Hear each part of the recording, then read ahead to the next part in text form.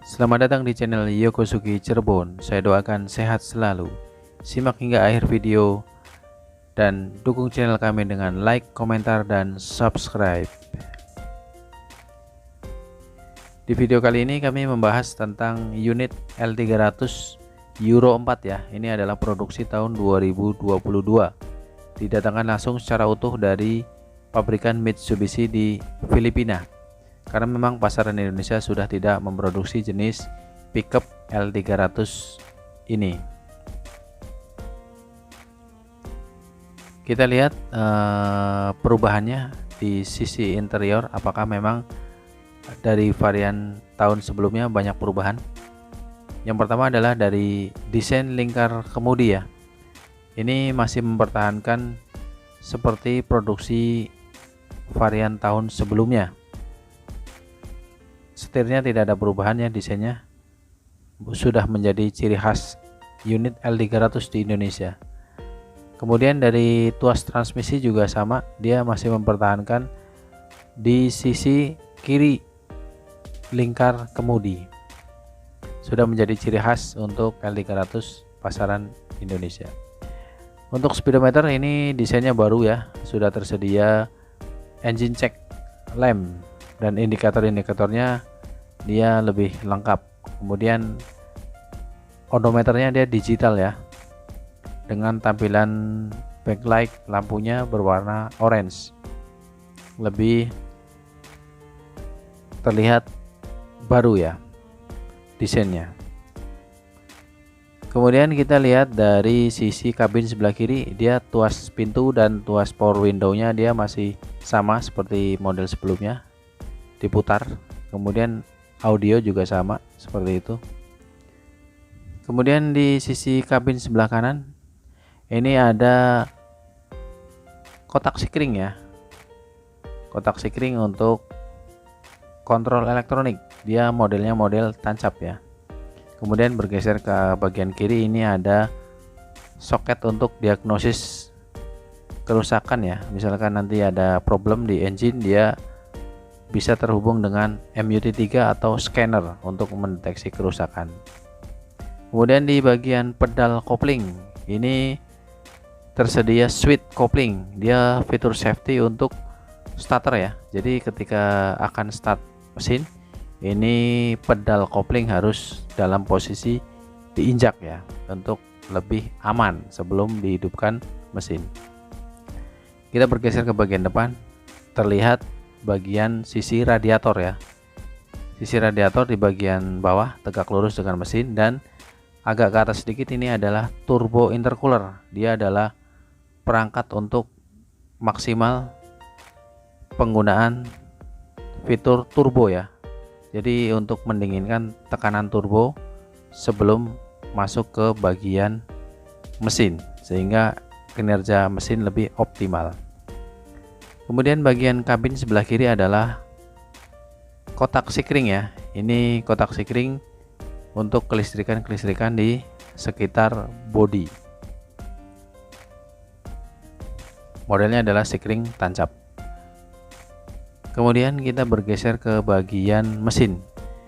Untuk jenis filternya ini sama seperti yang terpasang di Pajero Sport ya. Sudah dilengkapi dengan switch untuk mendeteksi ketika filter solar tersebut kondisinya mampet, dia akan muncul warning di speedometer ya.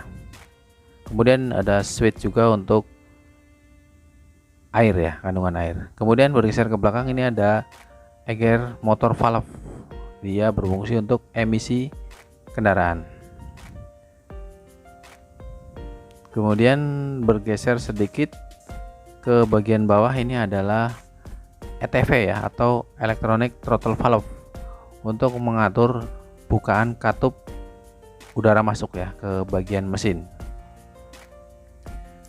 Kemudian kita bergeser ke bagian kanan. Ini jenis akinya model baru ya, dengan daya tahan lamanya lebih baik dari jenis-jenis produksi tahun sebelumnya. Kemudian kita bergeser ke bagian dinamo pengisian ya, atau alternator. Ini posisinya dia pindah ke bagian dekat aki ya, untuk posisi penempatan dinamo pengisian atau alternatornya.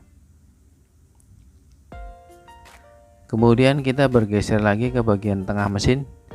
Ini supply pump atau pompa solar tekanan tinggi. Dia berfungsi untuk memompa solar bertekanan, kemudian didistribusikan ke setiap injektor ya, atau nozzle common rail. Dikontrol secara elektronik untuk tekanan solarnya. Untuk nozzle-nya ini satu silinder, satu nozzle elektronik ya. Jadi semuanya ada 4 buah nozzle. Jadi satu buah untuk satu silindernya. Dikontrol secara elektronik oleh ECU ya. Jadi untuk pengkabutan solar dia dikontrol secara elektronik. Kemudian kita bergeser ke bagian mesin. Kita bergeser ke bagian mesin sebelah kiri, dimulai dari filter udara ya. Dia posisi penempatannya ada di bagian bawah jok driver ya. Sudah dilengkapi dengan airflow sensor untuk menghitung jumlah debit udara yang masuk ke bagian mesin. Ini adalah piranti untuk elektronik common rail. Posisinya di bawah jok driver sebelah kanannya. Kemudian kita bergeser ke bagian kanan, itu ada pedal sensor ya. Dia terhubung ke pedal gas, masih ada selingnya ya, tetapi di ujungnya itu terdapat sensor ya untuk menghitung bukaan atau sudut pedal gas ya. Pedal sensor. Kemudian kita bergeser lagi ke bagian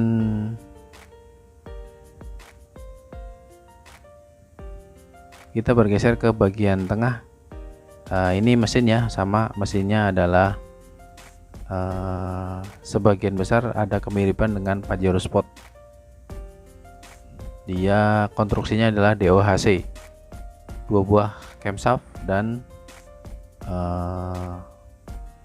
common rail ya. Kontrolnya common rail, dikontrol secara elektronik. Kemudian kita bergeser ke bagian samping bawah, itu ada turbocharge ya. Ini untuk memaksimalkan tenaga mesin, jadi dia dipasang turbo charger.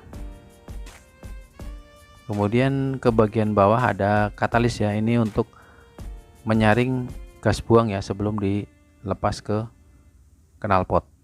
Kemudian yang terakhir adalah posisi ECU control unit di bagian kabin dan bak di sebelah kiri. Oke, terima kasih.